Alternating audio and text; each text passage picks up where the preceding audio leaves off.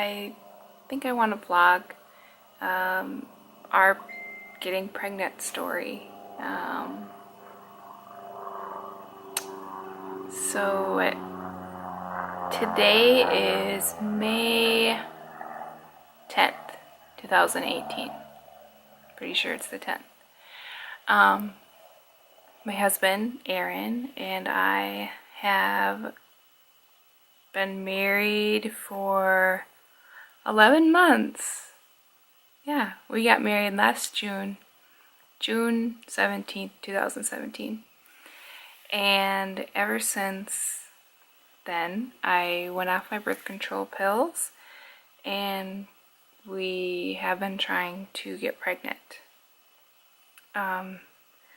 It's been a lot harder than I was thinking it was going to be. For some reason, like when you're not trying to get pregnant and you're just living your life and watching your friends get pregnant or watching people have babies, and you just think like you're gonna get off your birth control pills and you're gonna just have a baby like that. Maybe it will take 2 months, maybe not. No, that is not how it works. For those of you that have tried getting pregnant and, you know, have like tried to plan it, or, you know, just in general, like trying to get pregnant, it's a lot harder than what people who aren't trying to get pregnant think. Am I making sense? I don't know if that makes sense. But I guess, like, my whole time living a normal life, not thinking about having kids, not thinking about making a baby, I just, for some reason, thought it was just gonna happen. Like, I remember planning my wedding and thinking that I would be pregnant by now. A lot of my family members, like my mom, was like, "Oh, baby's gonna come on your 1-year anniversary." Well, unfortunately, that's not going to be the case. It's been kind of a emotional ride. I wouldn't really say I get like sad about it, but I kind of get bummed out. I remember right after we got married, I went off my birth control. Aaron left for work when we got back from our honeymoon. So that was, I think he left like beginning of July or something like that. I had my period like normal, and I think he got back August sometime. So, you know, we tried to make a baby, and then I took a test when the app on my phone that I have said, "Hey, you should take a test," even though I didn't get my period. So, me thinking, hey, I didn't get my period, maybe I'm pregnant. Long story short, no, I'm not pregnant. And no, I'm not getting my period, I guess. I spent months not getting my period, and I was just like, well, maybe I am just off because I've been on birth control for so long. So eventually, we're regularly trying to make a baby and not preventing it, and trying all the tricks like put your legs up afterward and blah blah blah. Obviously it didn't work. So I went into the doctor in November. My husband was home now because he is off work in the winter. So he was home for the season. So I went to the doctor and I was like, hey, I've been on birth control beforehand for this many years. I went off birth control in June after we got married, and I'm not getting my period without being on birth control. So they said, oh yeah, that's normal. Usually it takes a while for your body to get used to not being on birth control. Girls, quit. What are you barking at? Quit, Maisie. So she said, yeah, that's normal. It takes a while for your body to catch up and to naturally do it. So they put me on progesterone, some type of pill that helps your estrogen levels and all that. So I get 10 of them, and I'm supposed to take 10 of them for 10 days, and I should get my period. Girls, quit. And I do so. I take 10 of them, and yes, I get my period. I think before I went to the doctor, I was tracking my ovulation. I got little ovulation sticks, and I don't really know if they worked because they would say I would ovulate, but then I don't really know if I really did. I don't know. They're kind of hard to tell because there would be a line, but then I don't know if the line means I'm going to ovulate or I am ovulating. I don't know. It's just confusing. So I get my period and I track my ovulation with the sticks, and they're saying that I'm ovulating. So we try to make a baby like normal, and when it comes to the time that I'm supposed to get my period, I don't get my period. So I'm like, okay, my body is just not, it's not becoming normal from these pills. So I just leave it, and I just say, this is the time, whatever, end of November, beginning of December. I just say, you know what? We're not going to try anymore. I'm not going to worry about it or stress about it. And when God wants to make us a baby, he's going to make us a baby. And I put it into God's hands, and neither of us really thought about it. We didn't, okay, we need to have sex this day, or we need to try this day, or, we just, when we wanted to, and if it happened to happen. And that's what we've been doing since December.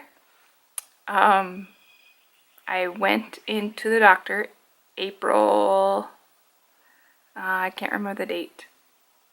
Beginning of April, sometime in the beginning of April. And I went to a different doctor, and she asked me if they tested me for PCOS when I went in November, when they told me to go on those pills to get my period, and told me that the birth control was the reason why I wasn't getting my period, blah blah. So I said, well, no, they never tested me for anything. They took my blood, but they didn't really say why they took my blood or what they were testing. So she says, we need to test you for PCOS because this is what they should have done in the first place when people are trying to get pregnant and they can't get pregnant. So I was like, okay. The following day I go in and I get an ultrasound, and they take pictures of my uterus, and then a week later I go and see Hansi, which is OB-GYN. So this is what she does, and she pretty much says, hey, you have PCOS. You have cysts on your ovaries, and this is why you're not getting your period. Now, when I went into the doctor, I haven't got my period for like 140 something days, like a lot. Okay, so she said, I do not want you not getting your period because it can cause ovarian cancer and whatever. It's just not good, obviously. So she says, tells me about PCOS and what I can expect from it, and it's pretty much cysts on your ovaries and you don't get your period regularly and whatever. There's other different signs. It doesn't make me ovulate. If I don't get my period, I don't ovulate. So that's why my eggs aren't dropping and it's not working. So she puts me on Provera, which is the progesterone, however you say it, to get my period again. So I take the 10 pills like I did back in November, and I got my period, what is it, the end of April. I got it, like the last week of April, I got my period. And I had my period for about 6 to 7 days, and Aaron left for work May 2nd. So I got my period and we were able to try 2 times before he left, which by my phone, I'm not ovulating. I wasn't ovulating like when we were trying because I like just got over my period. So now it's May 10th and yeah, he's not home, so obviously we can't try, but that's kind of where we're at. I am supposed to make sure I get my period hopefully every 28 days, but Hansi does not want me to go any further than 35 days.